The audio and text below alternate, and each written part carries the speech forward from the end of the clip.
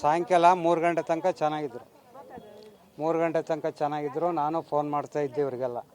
ಇವ್ರು ಯಾರಿಗೂ ವಿಷಯ ಗೊತ್ತಿದ್ದಿಲ್ಲ. ಇವ್ರಿಗೆ ವಿಷಯ ಗೊತ್ತಿಲ್ಲದ ಮೇಲೆ ನಾನು ಫೋನ್ ಮಾಡಿ ಅವನು ಎಲ್ಲದನಂತ ಕೇಳಿದೆ. ನಮಗೇನು ಗೊತ್ತಿಲ್ಲ, ಬೆಂಗಳೂರಿಗೆ ಹೋಗ್ತೀನಿ ಅಂತಂದು ಬೆಂಗಳೂರಿಗೆ ಹೋದ ಅಂತಂದು ಇವ್ರು ಹೇಳಿದರು. 4 ದಿವಸದ ಮೇಲೆ, ನಿನ್ನೆ ಫೋಟೋ ನೋಡಿ ನಾನು 4 ದಿವಸದ ಮೇಲೆ ಹೇಳಿಬಿಟ್ಟು ನಿನ್ನೆ ನೋಡಿ ನಾನು ಫೋನ್ ಮಾಡೋತ್ತಿಗೆ ಅವನು ಹಿಂಗೆ ದರ್ಶನ್ ಇದೈತಲ್ಲ ಅವನ ಜೊತೆಗೆ ಹೋಗಿದ್ದಾನಂತ ಗೊತ್ತಾಯಿತು. ನ್ಯೂಸ್ ನೋಡಿದ್ವಿ ನಾವು. ಹೆಂಗಾನಾಗಲ್ಲ ಅಂತ ಇವ್ರು ನನಗೆ ಫೋನ್ ಮಾಡಿರು, ಬಾ ಚಿಕ್ಕಪ್ಪ ನಾವು ಹಿಂಗೆ ಹೊರಗೆ ಒಂಚೂರು ಹೋಗ್ಬರ್ಬೇಕಂತ.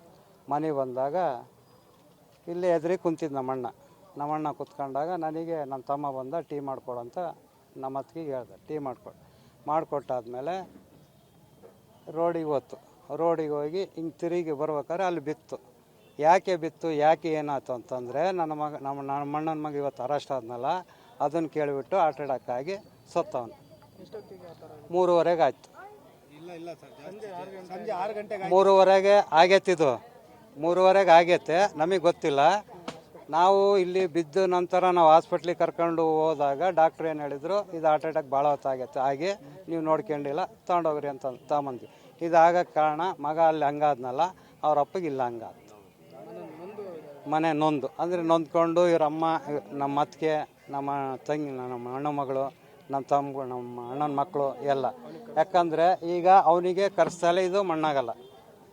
ಯಾಕಂದರೆ ಎರಡನೇ ಮಗ ಇಲ್ದಲೇ ಮಣ್ಣಾಗಲ್ಲ. ಅವನಿಗೆ ಕರೆಸ್ಲೇಬೇಕು, ಕರೆಸ್ತಲೇ ಇದು ಮಣ್ಣಾಗಲ್ಲ. ಬೇಕಿದ್ರೆ ಇಲ್ಲೇ ಇಡೋ ಅಂದರೆ ಅದು ಎಷ್ಟೇ ದಿನ ಆಗಲಿ ಇಲ್ಲೇ ಇಡ್ತೀವಿ. ಅವ್ನು ಬರೋವರೆಗೂ ಶ್ರಮ ಎತ್ತಲ್ಲ. ಇನ್ನೊಂದು ಏನಪ್ಪ ಅಂತಂದ್ರೆ, ಈಗ ಇಷ್ಟು ದಿನ ಜೊತೆಗಿದ್ದು ಅವ್ರ ಅಪ್ಪನ ನೋಡದೆ ನಾಳೆ ಹೋಗ್ತಾರೆ, ನಾವು ಅನ್ಸ್ಕೊಳಕ್ಕೆ ರೆಡಿ ಇಲ್ಲ, ಅವರು ಕೇಳೋಕ್ಕೂ ರೆಡಿ ಇಲ್ಲ. ಅದಕ್ಕೆ ಅವ್ನು ಬರಬೇಕು. ಅವ್ನು ಬಂದು ಇದು ಏನು ಅನ್ನೋದು ಇದು ಆಗಕ್ಕೆ ಕಾರಣ ಎಲ್ಲ ದರ್ಶನ್ನೇ ಮಾಡಿರೋದು.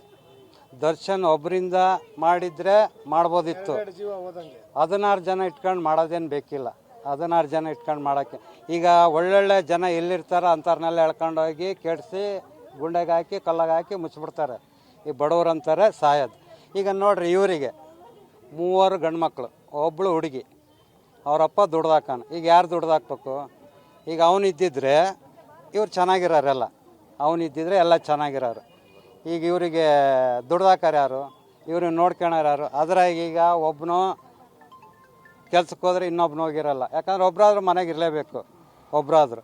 ಈಗ ಅದಕ್ಕೆ ಎಷ್ಟೊತ್ತಿದ್ರು ನಾವು ನಾಳೆ ಮಣ್ಣು ಮಾಡೋದ್ರೊಳಗೆ ಅವನು ಇಲ್ಲಿರ್ಬೇಕು. ಮಣ್ಣು ಆದ ನಂತರ ಮಿಕ್ಕಿದ್ದು. ಆಮೇಲೆ ಈಗ ಏನಾಯ್ತಪ್ಪ ಅಂತಂದರೆ, ಇವನು ಹೋಗ್ತಿದ್ದಿಲ್ಲ, ಇವನು ಮನೆಗಿದ್ದನ್ನ ಬಾ ದರ್ಶನ್ ನೋಡೋಕೋನ, ದರ್ಶನ್ನ ತೋರಿಸ್ತೀವಿ ನಾವು, ದರ್ಶನ್ನ ಪಾಸ್ ಸಿಕ್ಕೈತೆ ನಮಗೆ ಅಂತಂದು ಕರ್ಕೊಂಡು ಹೋಗಿದ್ದವನು.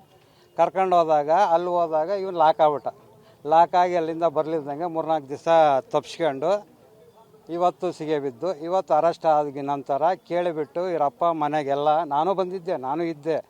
ಇವನು ಹೊರ ಕೂತ್ಕೊಂಡು ರೋಡಿಗೆ ಹೋಗಿ ನ್ಯೂಸ್ನಲ್ಲಿ ನೋಡ್ಕೊಂಬಿಟ್ಟು, ಇವ್ರಿಗೆ ಯಾರಿಗೂ ಹೇಳಿದ್ದಿಲ್ಲ, ನಾನು ಸಸ್ಪೆನ್ಸಾಗಿ ಇಟ್ಟಿದ್ದೆ. ಹೆಂಗಾನ ಆಗೈತೆ ಇವ್ರಿಗೆ ಗೊತ್ತಾಗ್ಬಿಟ್ಟೈತೆ. ಗೊತ್ತಾಗಿ 4 ಗಂಟೆ 4:15 ಆಗ್ಬಿಡ್ತು. 4 ಗಂಟೆ 4:15 ಆಯಿತು. ರೋಡಿಗೆ ಹೋದ ನಮಗೆ ಗೊತ್ತಿಲ್ಲ. ನಮ್ಮ ಹೊಟ್ಟೆಗಳವರೆಲ್ಲ ಕೇಕೆ ಹೊಡೆದು, ನಿಮ್ಮ ಅಣ್ಣಗೆ ಏನಾಯ್ತು, ನಿಮ್ಮ ಯಜಮಾನ್ರಿಗೆ ಏನಾಯ್ತು ಅಂತ ಕೇಕೆ ಹೊಡೆದ. ನಾವೆಲ್ಲ ಹೊಡೋದು. ನಮ್ಮ ಹುಡುಗ ಇವನೇ ಪಾಪ ಆಟೋದಾಗ ಕರ್ಕೊಂಡೋಗಿ ತೋರ್ಸ್ಕೊಂಬಂದು ಬರೀ 10 ನಿಮಿಷಕ್ಕೆ ಆಟೋ ಹೊಡೆದಾನ ಹಾಸ್ಪಿಟ್ಲಿಗೆ.